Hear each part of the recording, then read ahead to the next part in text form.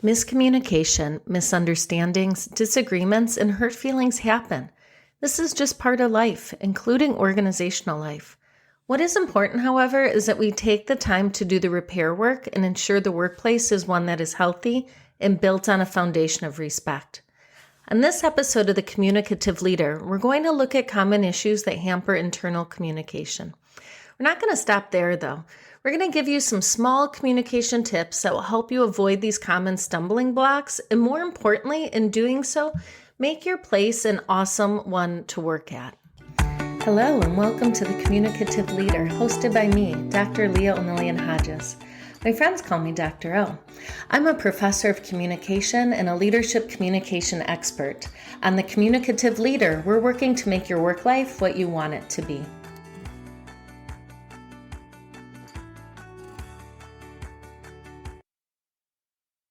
Although we know communication's anything but a one-size-fits-all endeavor, the thoughtful and tailored use of communication can help us solve or improve just about any work-related issue. From considering how to best onboard new employees and assimilate them, to creating these unique individual relationships with each member, whether it is pitching new ideas or resolving interpersonal conflict, communication is more than a tool. Instead, it helps to shape the way that the way we experience work, and then the way that we navigate our workplaces. What we also know is that historically, organizations have spent most of their time in financial and human resources on communication toward external stakeholders. And of course, this makes some good sense, right? We need clients, we need community interest, and we need trust. We need to sell a product or provide a service in order to remain in business. Gotcha. But this view also is a bit short-sighted because it overlooks the importance of communicating to and connecting with your employees. I get it. I'm asking organizations to spend more time and more money on internal communication. But let me ask you something. What is going to happen if you have a large portion of your employee base going home and telling their partners and their friends and their family members how crummy the organization treats them? If I have a choice, I'm going to go with the competition in this case. Employees become brand ambassadors for their organizations. This, my friends, can either result in scores and scores of positive and free PR, not to mention happy employees, or it can become a communication department's nightmare. Now let's think about how this connects specifically to leaders and leader communication. So in many ways, our titled leaders, again, our managers, our directors, our supervisors, they're serving as a proxy for the organization itself.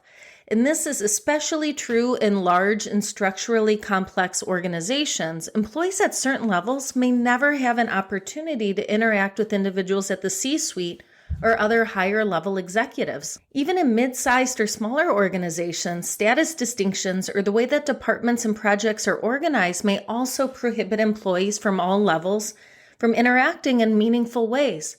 So what does this mean?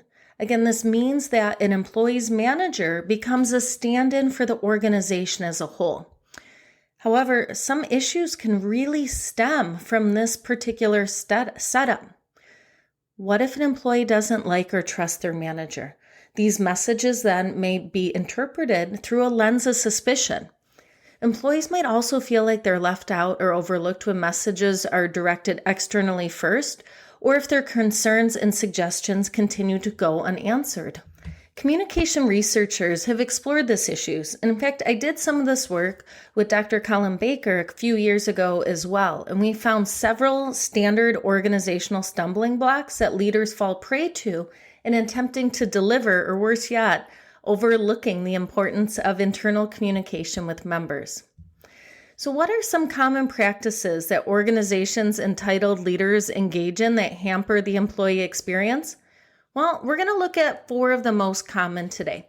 Naturally, my friends, I got you. Don't worry. We're also going to address some stepping stones that are going to help you to avoid these challenges. Stumbling block number 1, misleading or withholding information.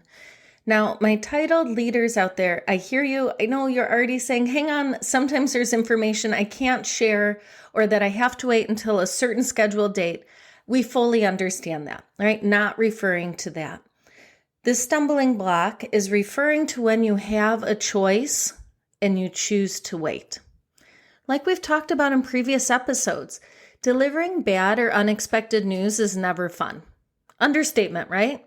But here's the thing, the longer we wait to share news, especially bad news or unexpected news, the more likely it is our employees will learn of it through another channel, and typically through an organizational back channel. And I want to give you something to think about. Again, while delivering bad news, budget cuts, pending layoffs, it is tough. And being on the receiving end is much, much more challenging. One kindness and demonstration of respect is selecting an appropriate channel and timing and message for the delivery of this news.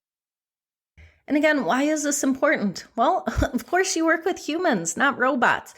And even if you work with robots, there are still likely humans you interact with somewhere in this process, right? So I want you to think about this thing that we call the employee-organization relationship, or the EOR. This relationship, like others that we share with our friends, with our family, it comes with some general, often implicit assumptions and expectations for how we should be treated, right? Norms.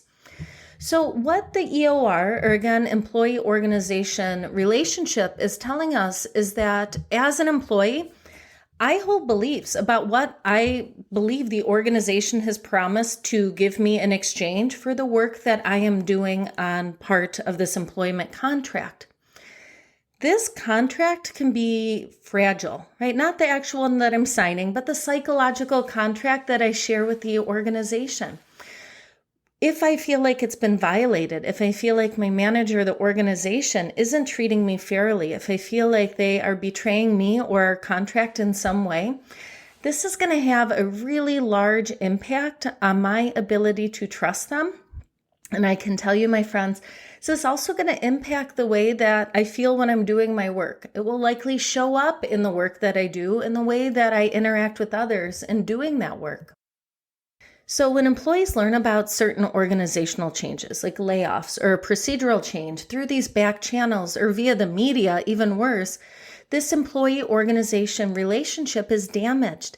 And these violations, they can impact, again, our employee well-being, my job satisfaction, and discourage employee voice. That means that I might strategically engage in silence if I feel like speaking up is futile, or if I feel like the organization just doesn't deserve it, right? If I am angry with the organization because I feel like they have broken trust, then I might strategically stop offering ideas for a while, right? So again, if employees perceive their employee-organization relationship has been harmed, they're likely to seek support from others. So maybe this is at home, maybe this is in the organization. But in this sense, employees who are upset with their organization might also post on something like workrant.com or start a blog or a hashtag relevant to their negative experiences in the workplace. So consequently, that original news the organization sought to conceal is not only known within the organization, but then also subject to external scrutiny as well. What is the stepping stone here? So how do we make this better? Well, this one's pretty straightforward. Not easy necessarily, but straightforward. You're going to commit to a forthcoming stance regarding the access to and delivery of new information. This should be a constant, but it is never as important, my friends, as when we're going through times of change or uncertainty.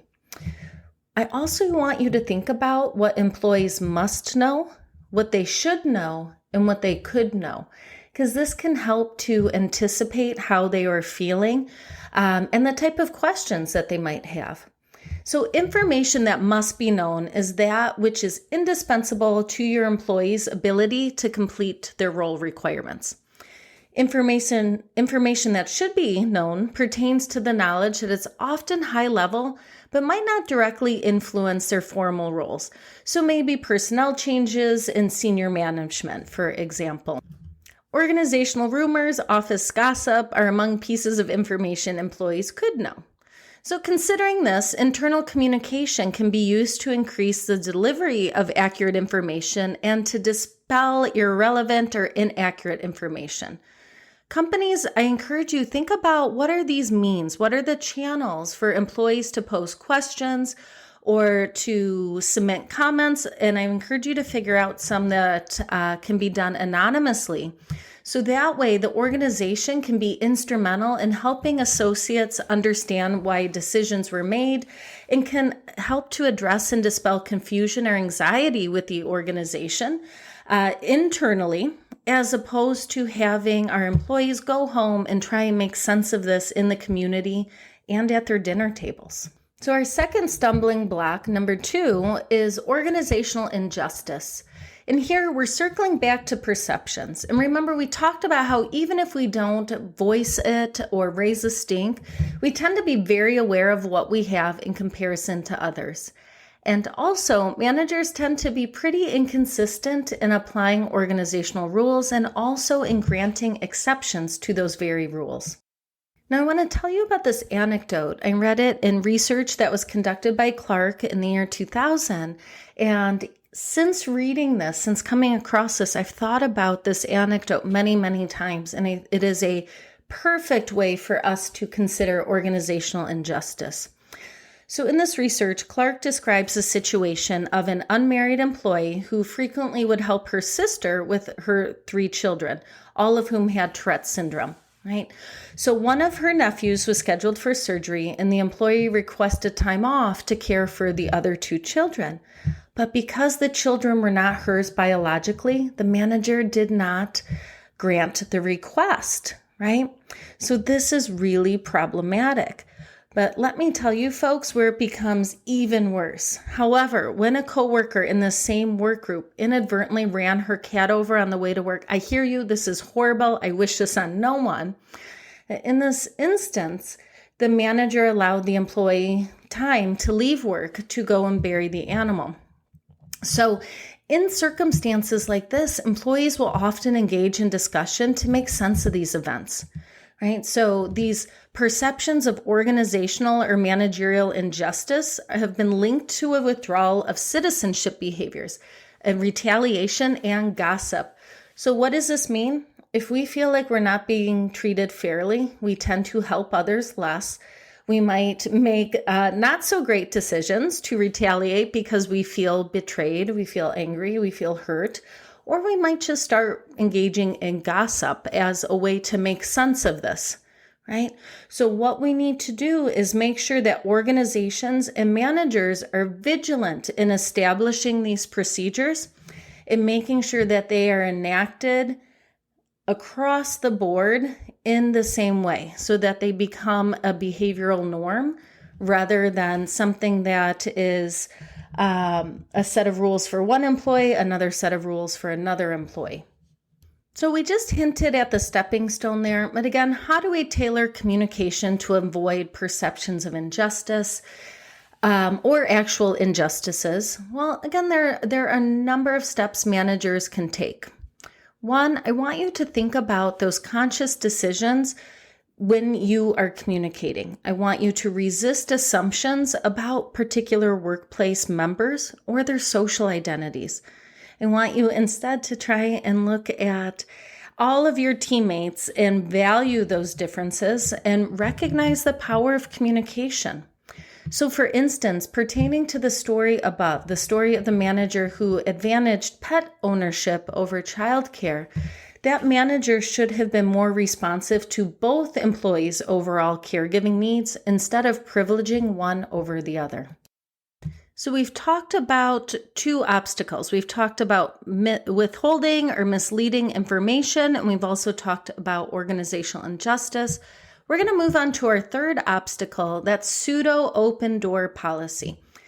I fully get the allure of an open door policy. Don't get me wrong.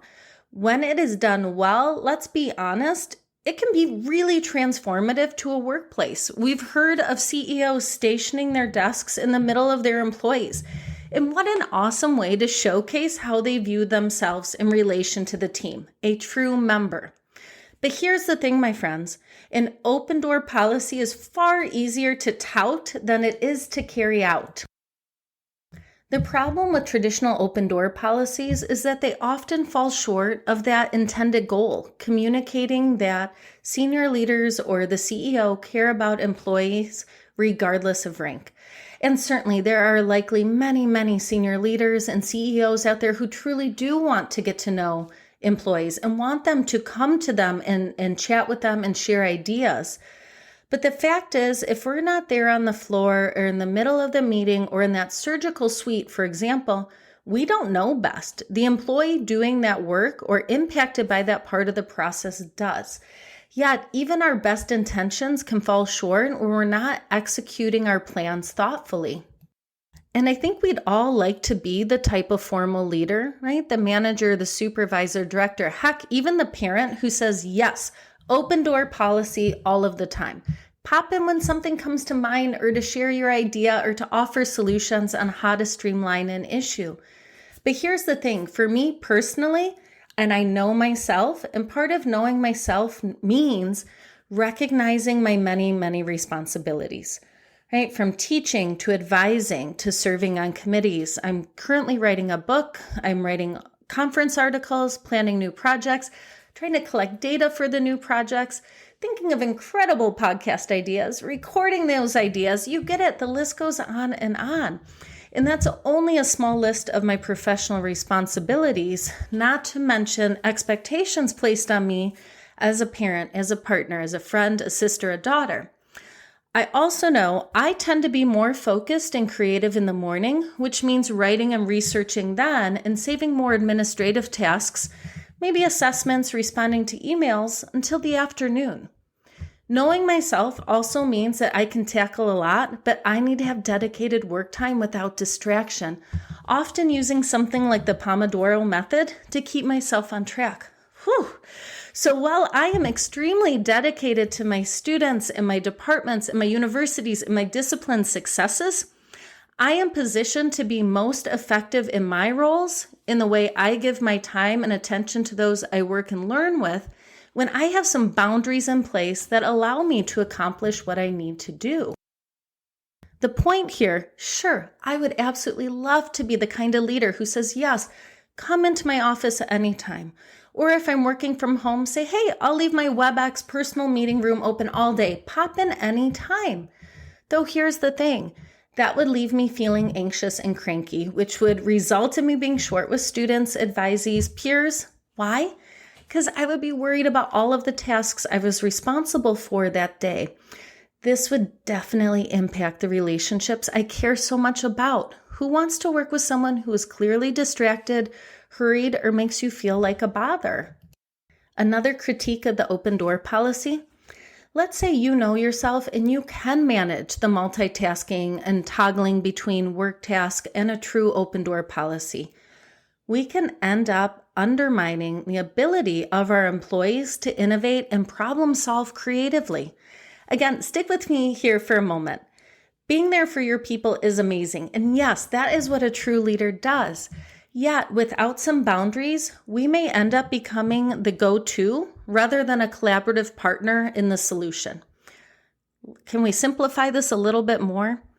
When we are too available, we can end up becoming a glorified babysitter. So we've talked about one possibility of an open door policy, a very and truly open door. Now let's consider the alternative, an open door policy that really is more of a closed door. Sure, it is one thing to say it and to claim it, but it's another thing for it to actually be a reality.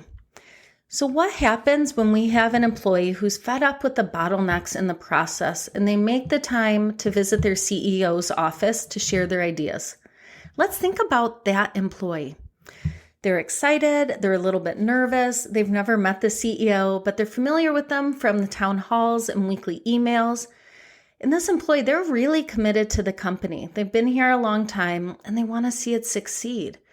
So they finally find the time, they come to the CEO's office, and it doesn't go quite as they expected. They're told they have to wait, and they wait, and wait, and wait. And then they're told they can go in and they're really excited. But after exchanging pleasantries, they're interrupted by a more pressing manner. No one asked them to set another meeting because, well, the open door policy, right? So does this employee go back and try and offer solutions to the bottleneck? No, probably don't, because he realizes that those efforts are in vain. And worse yet, it can also be professionally damaging in terms of time away from our own tasks. So what is the stepping stone then? If we know that open door policies aren't necessarily effective, what is a healthier and viable alternative? A lot of this boils down to knowing yourself, knowing your responsibilities, and knowing your people. Maybe it's a weekly or bi-weekly set of office hours. This time remains blocked and cannot be disturbed. You publicize them. You try to meet your employees where they are, whether it is in the office, over a video conferencing software, or providing a phone number for calls or texts. If you can't get a solution to them that day, tell them when you are going to be following up. And if it's a really busy day, have a mechanism in place for those that you might not be able to get to. So for example, on my WebEx waiting room, I have a note welcoming attendees and letting them know that they're going to be admitted to the room in the order they came. If I can't get to them during office hours, I'm going to send them a follow-up email later that day to discuss our issue or to make another appointment. Office hours not desirable or an option in the work that you're doing? Invest in solid, communicatively adept, and focused frontline managers. Managers should listen more than they talk when engaging with followers. They need to foster trusting, supportive, interdependent relationships. This means sharing information and allowing employees to express honest opinions, and that might include venting.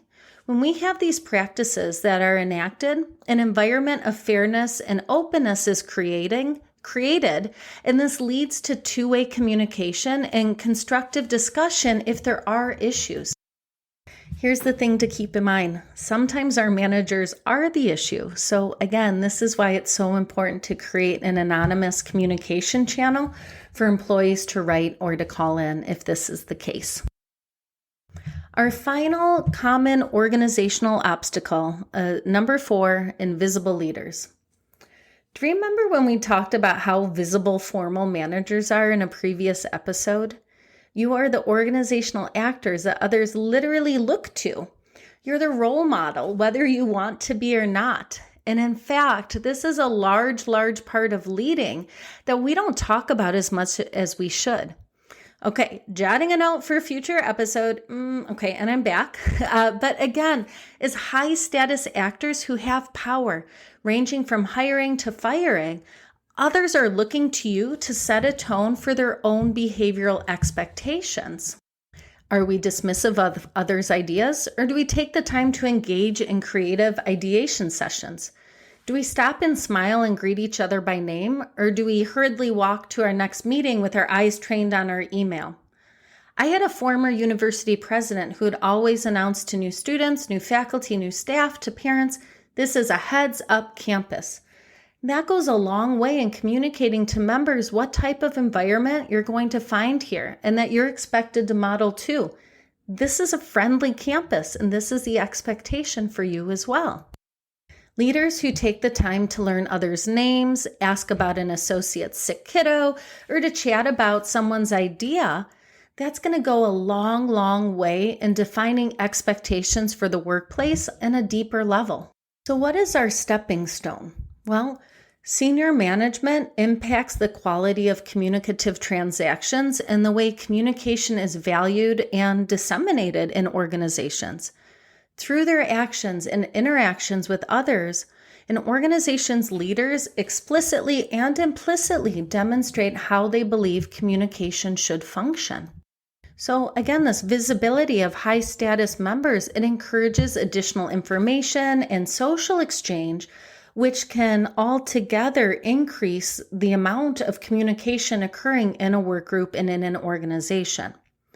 When employees feel their opinions and actions are valued, then they tend to reciprocate with increased levels of productivity and commitment, right? That feels good. We feel like we're seen. So by heightening senior management's visibility and interaction with employees at all levels, chances are greater that organizational members are going to feel recognized and are going to be more engaged. Well, this might be difficult in certain situations, right? We might have members who work remotely. We might have an expansive factory or a warehouse floor. Organizations can designate days or events such as company picnics, holiday parties, when members of senior management act as greeters or servers and are placed in positions to interact with all. There's also this idea of management by walking around, and it is exactly as the name implies, right? One of the easiest ways you can build connections and to demonstrate the type of workplace that you want to have is by having your senior leaders be very visible, making sure that they are engaging, that they're popping out of their office or interacting with others. So we've talked about 4 very common organizational obstacles, and we've addressed some communication-based stepping stones for avoiding these, well, let's call them what they are, they're pitfalls. When these things happen, when we feel like our organization isn't upholding their end of the employee-organization relationship, which can happen when we feel like the organization isn't providing us with timely or accurate information, or we get a whole lot of directives from senior leadership, but we never seem to see them. How do we make sense of this? If we don't trust our manager because they've withheld information from us, we don't go straight to them. We might whisper with a colleague or meet with others in the lunchroom or a lobby to chat about it. Who else might be in the cafeteria or lobby or hallways? Clients, customers, patients. I was in an organization and I watched this happen firsthand. When I worked in a hospital, there was little information communicated about what ended up being sweeping layoffs. So employees were scared, they were upset, and they needed help processing. Information wasn't being provided to managers from senior leadership, so employees, we were left to make sense of this on our own, again, in very patient-facing areas. Talk about bad PR, huh? And again, we know this isn't an isolated incident. Where else do we process work events? At home, in our community groups, in our book clubs, our sports teams, our religious institutes. I had a friend tell me that a teammate, an adult, a parent, a professional, completely clobbered a member of the competition. And when they asked him why are you behaving like this? Well, he was mad about a decision his organization made. Yep. This otherwise evolved adult who is responsible for tiny humans, among other responsibilities, tackled football style a man on the other soccer team because he was so frustrated and angry about a decision that happened at work. And I have to tell you, it wasn't just a decision, it was the fact that there was no information provided about why a certain decision was made and why a policy was held in place. My friends, this matters. Work goes home with us in good ways and in bad. So here's the thing. We've also spent an evening or 2 or 20 brewing over something from work. We're not engaged at dinner. We brushed off our kids' pleas to play with them. We've pouted or sulked through a date our spouse planned because we couldn't shake the work stress. Yet what about a possible alternative? To create work environments our people are proud of. To be a manager who supports work-life balance and recognizes the power of positive internal communication. That sounds pretty flipping great. So how do we get there? Well, I'm glad that you asked. First thing I want you to think about, always lead by example. I've said it before, I will say it again. If you have a leader who tells you, do as I say, not as I do, run really, really fast. No bueno, my friends, no good. Instead, remain aware of the power of your own behaviors. We've talked about the visibility of organizational leaders, and we will certainly continue to do so. Additionally, the organization can use internal strategic communication in the form of intranet posts, weekly emails, managerial talking points to provide examples of employee behavior that's consistent with that preferred identity organization. What does that mean? Think about mission moments, right? Who is it in this work group who is really upholding what it means to be an employee here? Who is it that did a really great job on the pitch last week, right? So in this sense, you as a manager, you as a member of an organization can forward real life models from others to learn from, and at the same time by acknowledging how great our team is. By engendering goodwill, such as through the exemplification and reward of positive behaviors, an organization stands the best chance of encouraging employees to speak positively about it in their everyday conversations. This also means a more positive employee experience as well. Additionally, by treating all employees as essential partners in managing identity, leaders may spur both the willingness and ability of members to engage in positive everyday talk. What does this mean? It means that they are positive PR ambassadors. They feel good about their organization and they acknowledge this in their conversations with those in the organization and outside of the organization. So how do we do this? We might host open forums to let employees discuss concerns or voice questions, make space available for team members to interact at work, and provide an anonymous hotline or internet or intranet discussion for staff to iron out work-related events. When we do this, we create a strategic advantage by earning employee benevolence towards the organization and also starting and maintaining a conversation with our employees. This leads to our communication focus for the week, reflecting on our own actions. Your behaviors matter. Why? Because whether you are in a formal leadership position or not, others are looking at you. Is it okay in this work environment to slack off? Or are we really proud of the work that we do? Is this a workplace where I can ask questions and bounce ideas off of my peers? Or is it more competitive and I feel like I need to best my colleagues? First, I'd like you to take a couple of minutes to reflect on the following. What do my verbal and nonverbal behaviors communicate about my leadership abilities?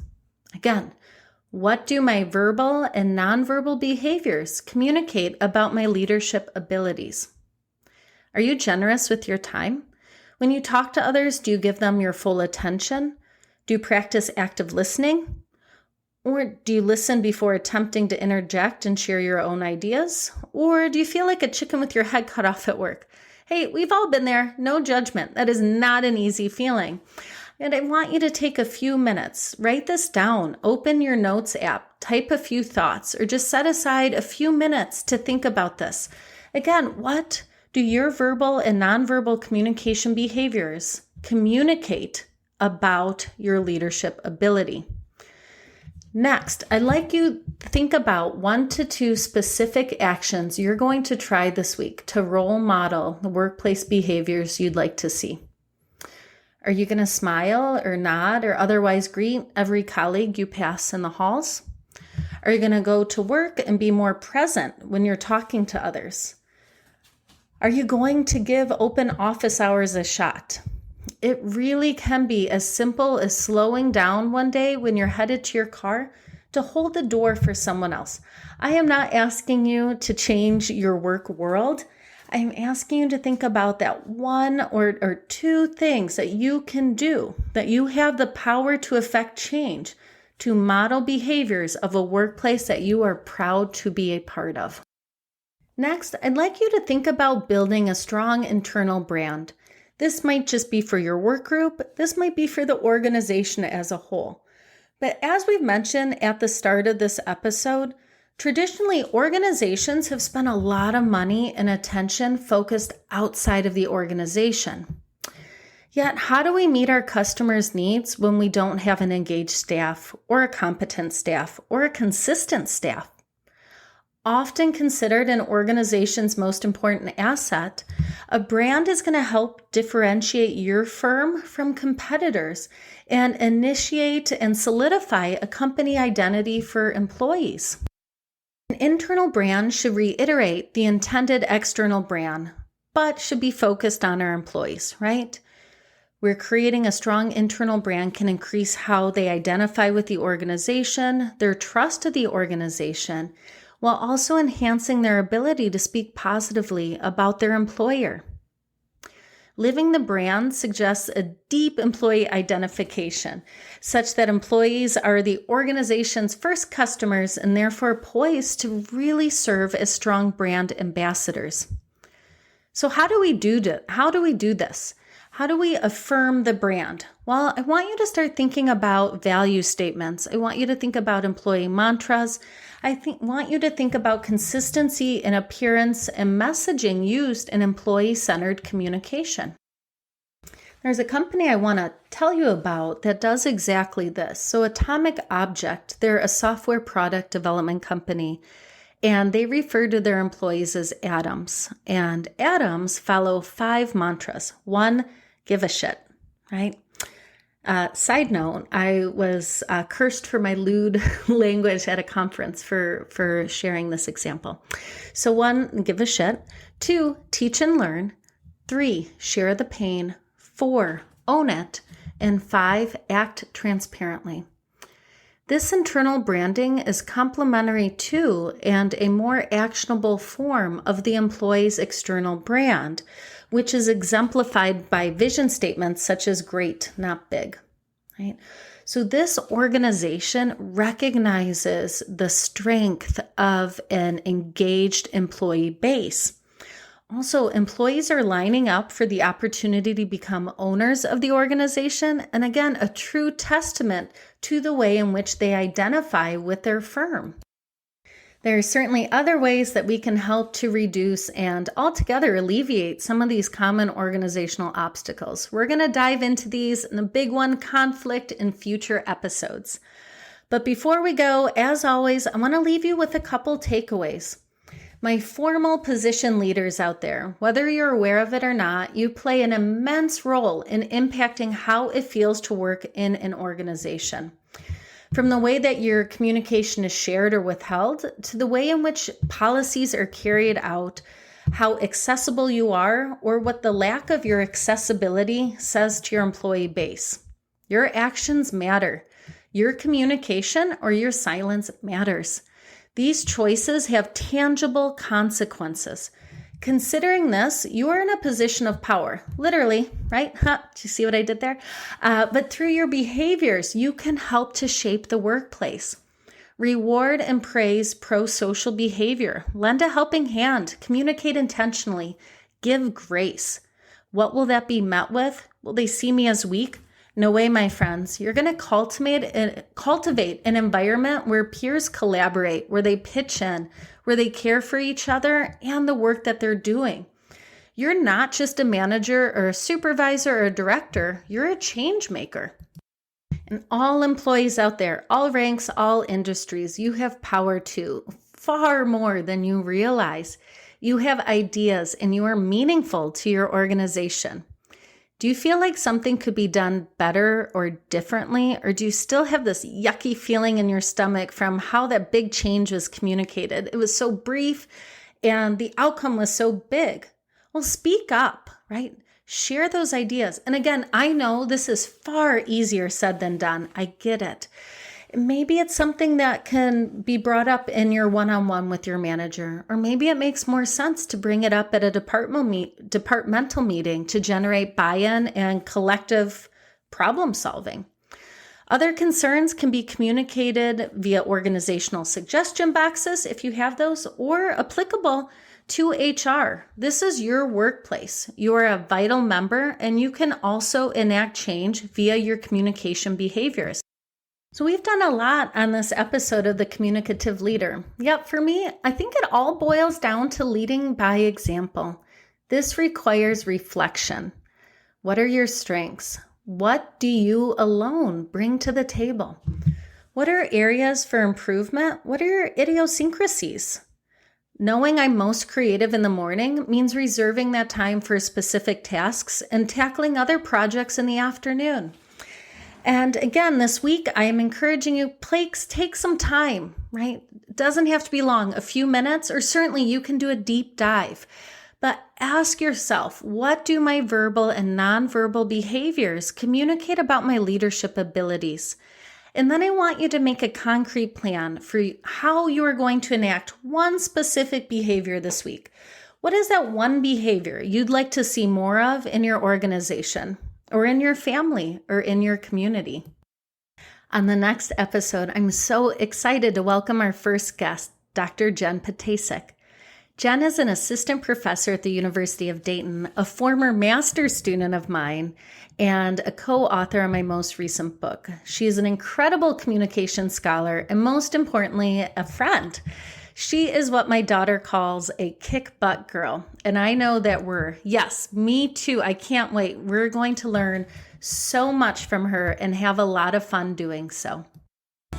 All right, my friends, that wraps up our conversation today. Until next time, communicate with intention and lead with purpose. I'm looking forward to chatting with you again soon on the Communicative Leader.